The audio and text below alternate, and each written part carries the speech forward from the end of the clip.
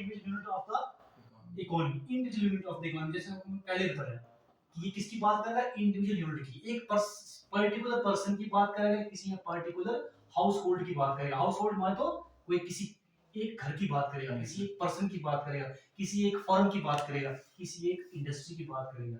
ठीक है, तो ये क्या है, individual unit of the economy, या कि उसकी इनकम के बारे में, उसकी कंजप्शन के बारे में। ठीक है, अगर हम इसकी बात करें तो ये studies behaviour of the aggregates of the economy as a whole, पूरे नेशन की बात करेगा, पूरी कंट्री की बात करेगा। ठीक है, जहां पर हम सिर्फ एक पर्सन की ही इनकम नहीं देखेंगे, हम पूरे इंडिया की इनकम देखेंगे।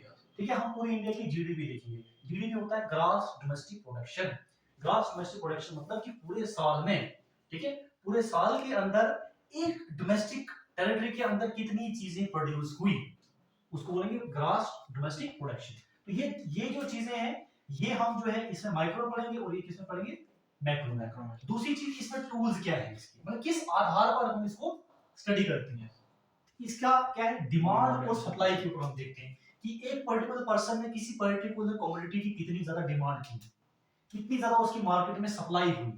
ठीक है, यहां पर हम देखेंगे एग्रीगेट डिमांड, हम देखेंगे कि पूरे देश में एग्रीगेट देखेंगे, हम देखेंगे जेएंडके में कितनी डिमांड हुई, हम देखेंगे यूपी में कितनी डिमांड हुई, हम देखेंगे उत्तराखंड में कितनी डिमांड हुई किसी एक पर्टिकुलर प्रोडक्ट की है, और उसी के साथ हम देखेंगे कि उसकी सप्लाई कितनी है। ठीक है, aggregate demand, aggregate supply.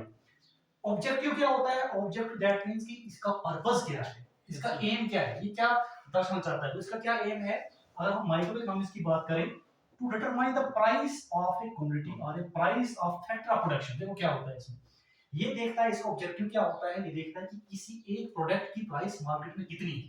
Plus अगर कोई बिजनेसमैन है, क्या है, कोई बिजनेसमैन है, उसने मान लीजिए कोई अपनी फैक्ट्री कहीं पर ओपन की, फैक्ट्री कहीं पर ओपन की है, तो वो देखेगा कि price of the factor of production. अब आप बोलोगे सर फैक्टर ऑफ प्रोडक्शन क्या होता है, फैक्टर ऑफ प्रोडक्शन का मतलब क्या होता है, जहां पर क्या होता है, लैंड, क्या होती है, लैंड होती है, लेबर होता है, ठीक है, कैपिटल होता है।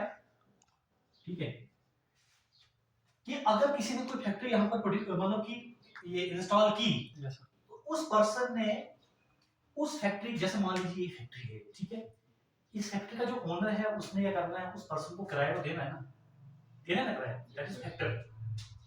उसने उस वहां पर लेबर भी तो लगानी है ना, काम अपना जो उसने प्रोडक्ट करना है, जो प्रोडक्ट बनाना है, उसके लिए उसको लेबर चाहिए।